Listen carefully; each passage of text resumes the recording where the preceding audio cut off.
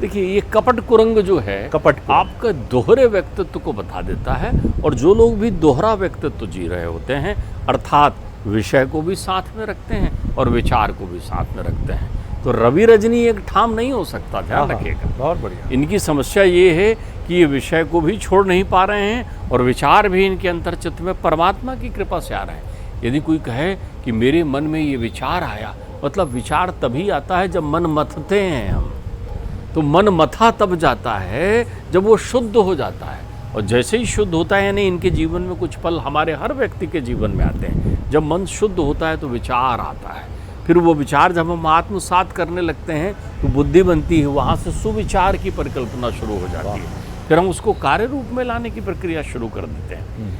मैंने आपसे कभी बाबा गुरु अपने गोरखनाथ जी की एक बात कही थी कि कहन सुहेली रहन दुहेली। हाँ, एक विषय पर हमारे चर्चा की थी कि कहन सुहेली रहन दुहेली। अब ये कहन सुहेली क्या है? सुविचार है। कहने में सुंदर लगता है, आप किसी से बात करिए धर्म की, अध्यात्म की, सत्य की, आप बातें करिए मर्यादा की, अनुशासन की, बड़ा सुंदर लगता है सुनने में, कहन सुहेली। लेकिन जब करने जाते हैं तो विषय आ जाता है रहन दुहेली, फिर दूसरे ढंग से रहने लगते हैं, और बिन खाए गुड़ मीठा। फिर आपकी स्थिति ऐसी हो जाती है कि गुड़ खाया नहीं, लेकिन आपको चूंकि दिखाना है वाह वाह वाह, सत्य पथ पर चलने में सदैव कल्याण होता है। चले क्या? नहीं, आप चले क्या जो बोल रहे हो? असत्य का हमेशा नाश होता है। अच्छा, तुम्हारा नाश अब तक हुआ क्या जो दोहरी जिंदगी जी रहे थे?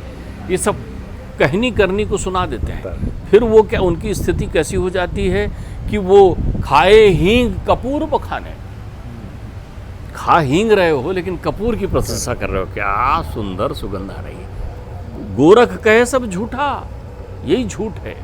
तो आपके जीवन में जब इस प्रकार की प्रतिकूलता आ जाए तो अभी आप न सांच में है ना आँच में है, न सांच में है ना आँच में है, ना आप तप कर रहे हैं ना आप विचारों का अनुपालन कर रहे हैं, आप बीच में हैं, मध्य भाग पर हैं। तो सबसे पहले आप विषयों का त्याग करिए।